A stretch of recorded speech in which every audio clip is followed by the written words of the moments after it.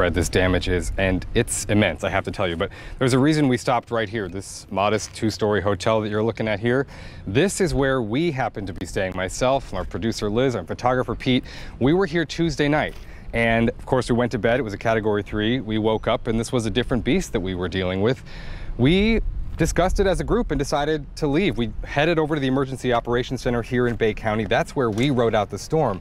But driving back here, it is incredible to see, you know, we had a room on the 2nd floor here. Pete had a room on the 1st floor over here. You see the ceiling, parts of the drywall completely ripped off. I want to take you over to this side of the building too, where the building manager tells us the winds were even worse. But as we're walking over here, Pete, if you're able to, and be careful not to trip, there are downed power lines, downed trees, damage for miles and miles. The amazing thing, you see how many people are out just to take a peek at what's happening today. And of course, emergency crews are urging people to stay off the roads unless they absolutely have to be on them, because it's hampering emergency efforts. But take a look at this side of the building. There is a wall in the building manager's apartment, the entire roof on this corner of the building.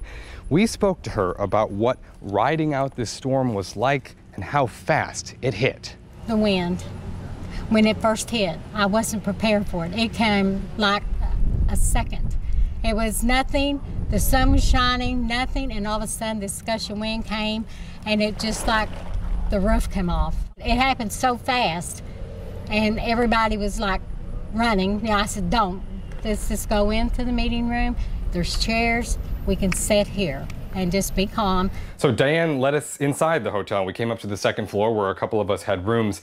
The amazing thing, when you think about it, is the fact that nobody was injured, because when you look around this room and you see part of this whole side of the ceiling of the hotel, the roof of the hotel, stripped off the plywood, ceilings off, this room soaked in water, debris obviously everywhere. This is not just the case, of course, for the hotel, which is going to have a long, long cleanup on its hands, but for the entire region, Panama City and beyond. Miles upon miles we were driving around today. The extent of damage is unbelievable. It is going to take quite some time for people to get back on their feet. Reporting for The Now in Panama City, I'm Chris Welch.